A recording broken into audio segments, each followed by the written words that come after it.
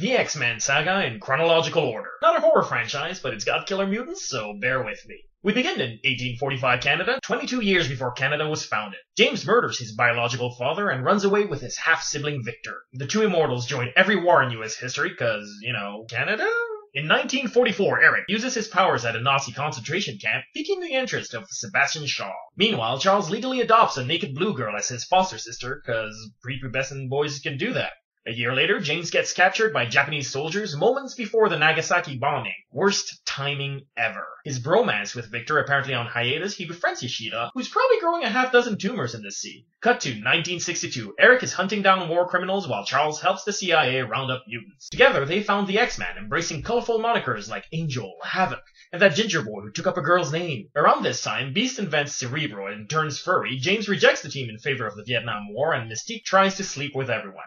Look at all we've achieved this week. A week? Really? Well, that week pays off as our fully trained X-Men kill Shaw, resolve the Cuban Missile Crisis, and bicker about the fate of mutants, resulting in Eric accidentally crippling his BFF. He and Mystique leave the X-Men to form the Brotherhood, along with these people no one cares about. Meanwhile, Charles opens a school and mind-wipes Moira, prompting her to quit the CIA and apply for med school, I guess? Inspired by Charles's work, William Stryker initiates the Weapon X project, and in 1975 recruits both James and Victor in his Mutant Special Ops Squad.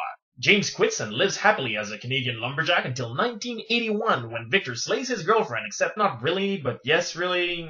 She's related to Shaw's former consort, Emma, who's gone through extensive plastic surgery to look like this 20 years after looking like that.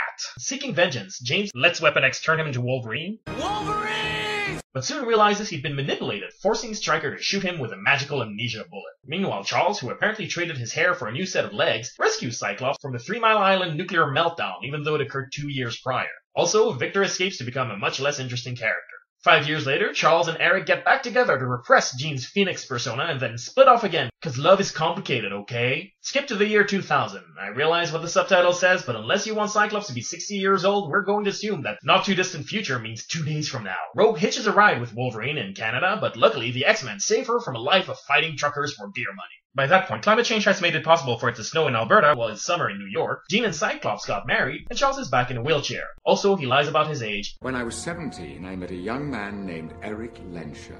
And takes partial credit for Beast's invention. He helped me build it. Meanwhile, Eric tries to turn world leaders into mutants as opposed to plain old monsters. The X-Men foil his scheme, but not before Mystique impersonates Senator Kelly, allowing her to uncover Stryker's plan to destroy mutant kind. The X-Men and the Brotherhood team up to stop him at the cost of Jean's life. Also, Storm drops her accent, Pyro has a reverse growth spurt, Mystique is still trying to sleep with everyone, and Beast finds a remedy to his fur only to lose it immediately after. On a related topic, Angel's father, not that Angel, comes up with a mutant cure, prompting Eric to drop the Golden Gate Bridge next to it instead of, on it. Also, Kitty has a reverse growth spurt. Meanwhile, Jean returns as the Phoenix, killing Charles, who transfers his consciousness to Moira's patient, and Cyclops, whose grave sucks by comparison. Wolverine guts Jean, but feels real bad about it, moping around for years in the Canadian wilderness until a dying Yoshida summons him back to Japan. Our hero pays his respects, his memories of Nagasaki having apparently dodged the amnesia bullet, but the old man tries to steal his healing factor. Wolverine gets back at Yoshida by boinking his granddaughter Mariko and destroying billions worth of giant robot samurai technology.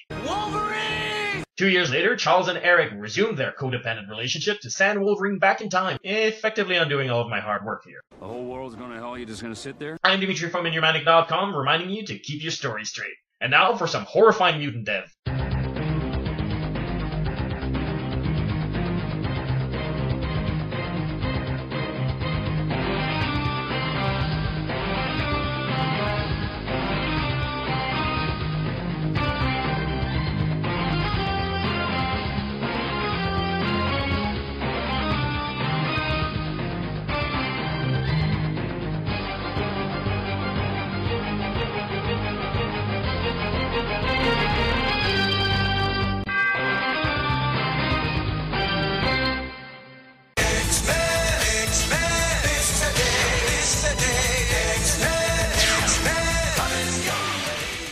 For full reviews of each entry in the X-Men saga, check out Idiomanic.com.